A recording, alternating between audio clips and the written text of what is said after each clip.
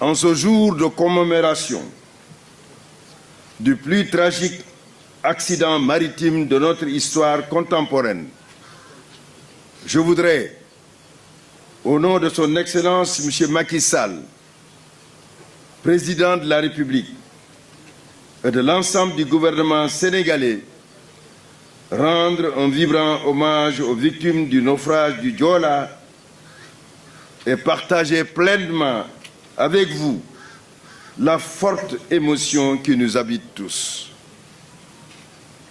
En effet, le 26 septembre 2002, survenait le naufrage du bateau le Joola, faisant près de 1800 victimes. 21 ans après, jour pour jour, la douleur provoquée par cette perte brutale de nos concitoyens et étrangers demeure encore vive à l'évocation de l'effroyable drame maritime que seul le silence, le recueillement, ainsi que notre sympathie pour les familles et les proches permettent de surmonter. Permettez-moi, avant de poursuivre mon allocution, de prier avec vous le Tout-Puissant, en cette veille de la sainte célébration du Mawlud. Priez le Tout-Puissant d'accueillir en son paradis céleste nos illustres disparus et tous les membres des différentes associations des victimes du Joola aujourd'hui décédées. Mesdames, Messieurs, distingués invités,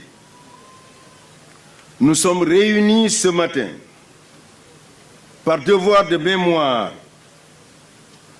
pour nous souvenir du naufrage du Joola.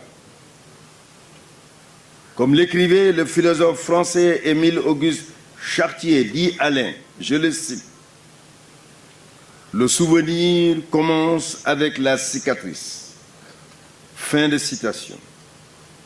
En effet, cette commémoration des victimes du Joola vise à évoquer le souvenir des souffrances de celles et ceux qui sont partis à jamais et nous invite à une introspection pour éviter de revivre une pareille catastrophe dont les conséquences sont toujours ressenties avec tristesse et regret par l'ensemble de la nation. Cette cérémonie nous est utile car elle nous aide par des témoignages et des actes palpables à vaincre l'oubli et à promouvoir ce que nous sommes et devons rester clairement définis dans notre devise nationale. Un peuple, un but, une foi. Ce devoir de mémoire constitue également une opportunité pour magnifier les efforts permanents consentis par M. le Président de la République Macky Sall et son gouvernement pour le développement intégral de la région de Casamance. À ce titre, il déclarait lors de sa visite à Ziguinchor le 17 mars 2014, je le cite, « Pour ma part, je suis totalement engagé pour la Casamance, sa sécurité, sa paix, sa stabilité et sa prospérité dans un Sénégal uni et indivisible, tout en restant ouvert au dialogue fécond et constructif. » Fin de citation.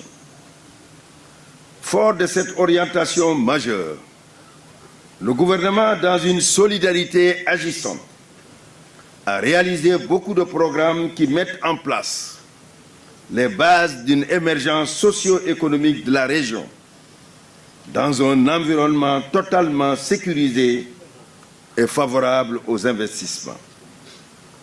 Les effets visibles induits de ces programmes sont, entre autres, la dynamique enclenchée de l'instauration irréversible de la paix dans toute la région naturelle de Casamance, ainsi que son désenclavement interne et externe l'accès des populations à un meilleur cadre de vie, la revitalisation du tissu économique et social, l'amélioration sensible des dispositifs d'éducation et de santé.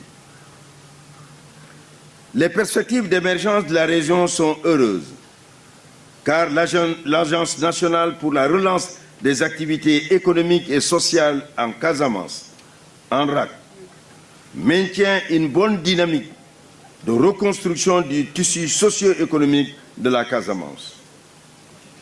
Mesdames, Messieurs, très chers membres des associations de victimes du